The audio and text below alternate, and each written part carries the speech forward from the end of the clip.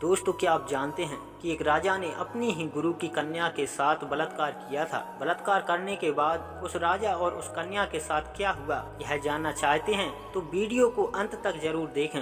Video अच्छी लगे तो लाइक सब्सक्राइब करें। चलिए शुरू करते हैं। विंध्याचल से लेकर गोदावरी तट तक फैले विशाल वन, जहाँ कभी भगवान राम ने वनवास के दिन काटे थे, वह वन दंडकारण्य के नाम से जाना जाता है। इस वन का नाम दंडकारण्य कैसे हुआ, इसकी एक गजब कथा वाल्मीकि रामायण में मिलती है। इस कथा में बताया गया है कि एक राजा ने अपने ही गुरु की कन्या से दुष्कर्म किया था। गुरु ने अपने शिष्य को ऐसा दंड दिया जिसकी गवाह यह क्षेत्र बन गया और दंडकारण्य कहलाया। आइए जानें इस गजब कथा को विस्तार से। श्री राम ने अपने वनवास के दौरान विंध्याचल पर्वत से लेकर गोदावरी तक फैले इस वन में कई दिनों तक वास किया था। लगभग 93,000 वर्ग किलोमीटर में फैले इस वन में आज छत्तीसगढ़, उड़ीसा और आंध्र प्रदेश राज्यों के हिस्से शामिल हैं। सतयुग में मनु के पुत्र महान राजा इक्ष्वाकु हुए थे। सूर्य वंश को स्थापित करने वाले इस राजा के 100 पुत्र थे, जिनमें सबसे छोटा पुत्र मंद बुद्धि था। दरअसल उसका आचरण धर्म संगत नहीं था। वह अपने पिता की एक बात नहीं मानता था, जिसकी वजह से उसके पिता उससे रुष्ट रहते थे। इसी कारण से उसका नाम दंड रखा गया था, क्योंकि प्रसिद्ध राजा इक्ष्वाकु के कुशल राजपाट के लिए वह एक सजा के समान ही प्रतीत होता था। अपने पुत्र के ऐसे आचरण के चलते राजा ने उसे खुद से दूर कर लिया, जिसके लिए उसे विघ्न और शैवल पर्वतों से घिरे पूर्वी मध्य भारत का शासन सौंपा गया। वहीं राजा ने शुक्राचार्य को दंड का गुरु बनाया, ताकि पुत्र अपने किसी कृत्य के चलते भविष्य में परेशानियों का सामना न करना पड़े।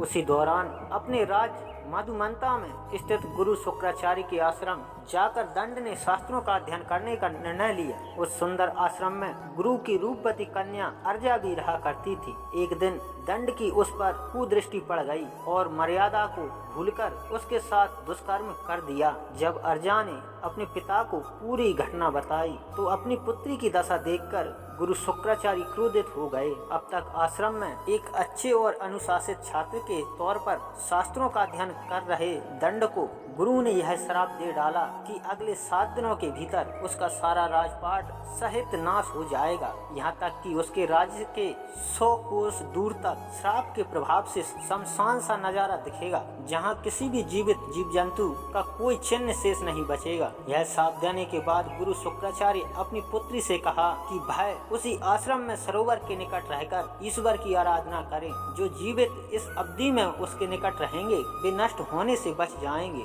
और इस तरह महान सूर्यवंशी राजा इक्ष्वाकु के पुत्र दंड का समूल नाश हो गया। जिस राज्य में कभी सुख संपदा की धारा बहा करती थी, वहाँ 7 दिनों के बाद शमशान जैसा सन्नाटा पसर गया, जहाँ कुछ समय पश्चात ऐसा घना जंगल उत्पन्न हुआ जिसके भीतर सूर्य भी प्रवेश नहीं कर सकता है। इसके बाद से ही उस स्थान का नाम दंडकारण्य पड़ गया। इतिहास में इस स्थान का कई जगह वर्णन मिलता है। दंडकारण्य में रहने वाले लोगों को दंडक कहा गया। ऐसा माना जाता है कि त्रेता युग में इस जंगल से गुजरकर विघ्न पर्वत पर योगियों को तप करने के लिए वांछित एकाग्रता की प्राप्ति होती थी, जिसके लिए इस वन में उन्हें पहले कई तरह के असुरों और राक्षसों का सामना करना पड़ता था। वहीं अपने वनवास के दौरान श्री राम ने माता सीता और भाई लक्ष्मण के साथ उनके आसपास के क्षेत्रों में वास भी किया था। हालांकि शास्त्रों में इसे कई असुरों के निवास स्थान के रूप में भी बताया जाता है। दरअसल पंचवटी, जहाँ से रावण ने माता सीता का